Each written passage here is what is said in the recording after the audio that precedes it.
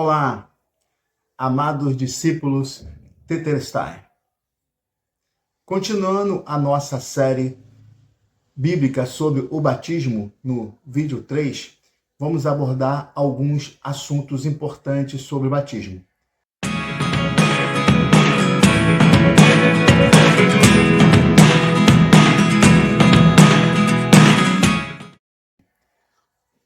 Número 1. O batismo ele é uma ordenança bíblica.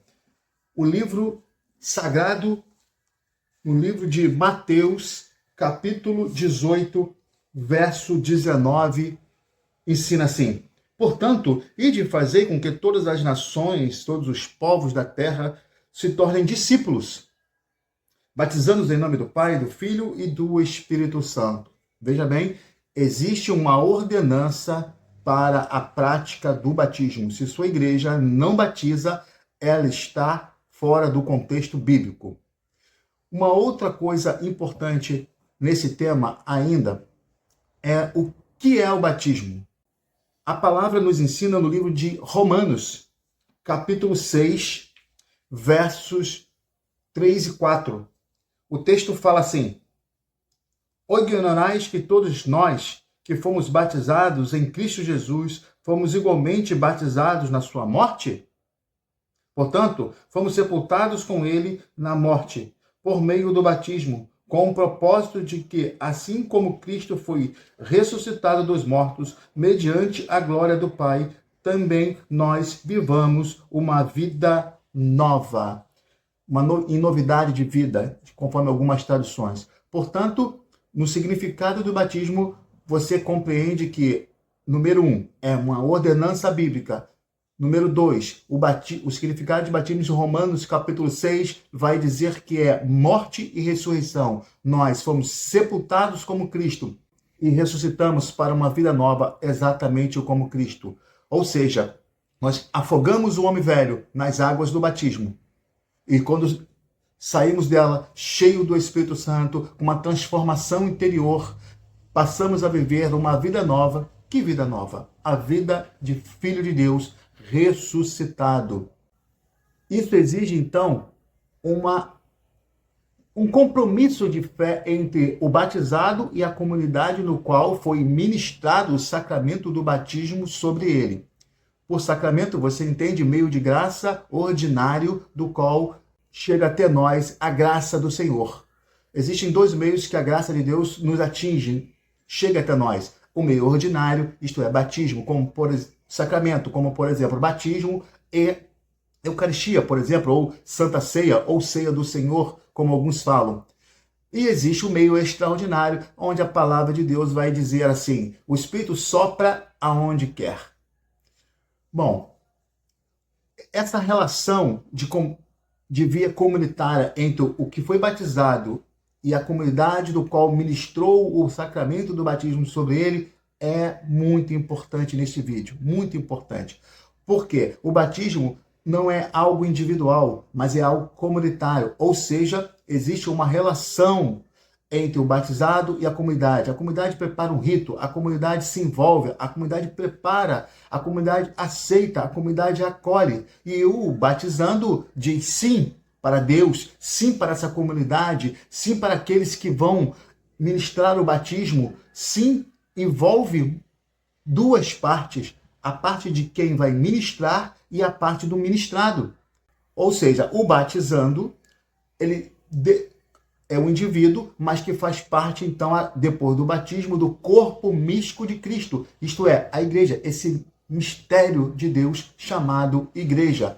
Logo, há de haver uma resposta comunitária deste indivíduo. Olha que interessante, porque agora ele é um com a comunidade é um com ele, onde ele tem responsabilidades para com a comunidade e a comunidade responsabilidades para com ele. O batismo, então, não é mais um simples rito no qual você vai registrar um nome num livro para dizer quantas pessoas você batizou no ano, uma estatística para a sua denominação religiosa. Negativo. O batismo envolve tem uma dimensão comunitária onde um indivíduo vai deixar a vida de pecado, passar a viver a vida como filho de Deus nesse mistério chamado igreja, nesse corpo místico chamado igreja. Onde vemos isso na Sagrada Escritura? O texto sagrado vai nos ensinar no livro de Atos dos Apóstolos, capítulo 2, verso 41. A palavra do Senhor ensina dessa forma: eles perseveravam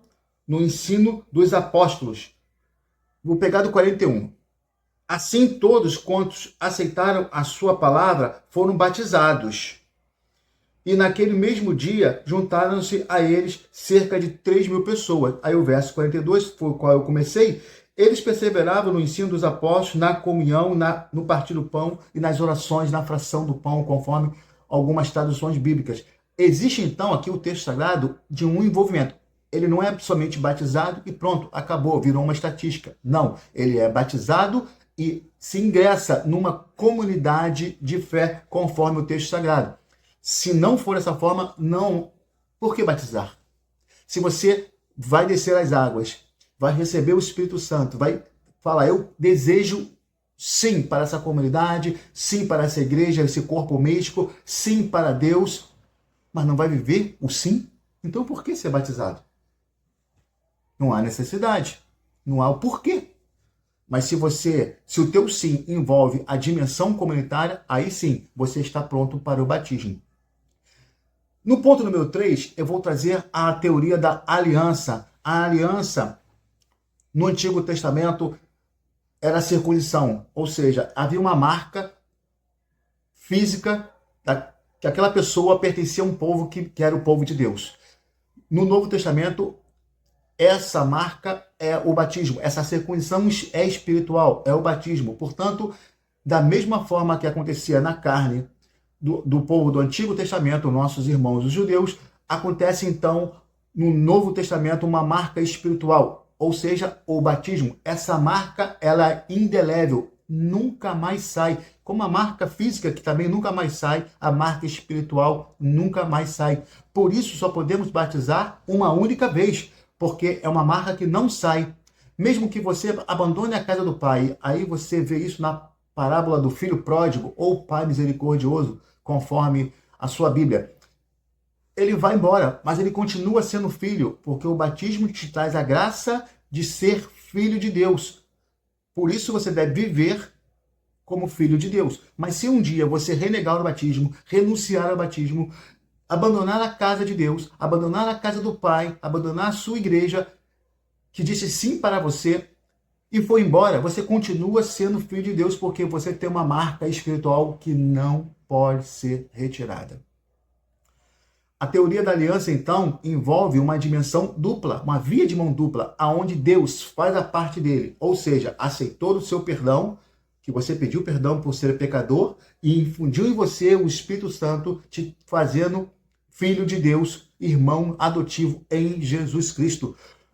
E a sua parte é a obediência e a fé. A sua parte no sim da aliança é viver a fé dentro dessa comunidade que ministrou sobre ti o batismo, que ministrou sobre ti a unção de Deus, te fazendo ser filho de Deus.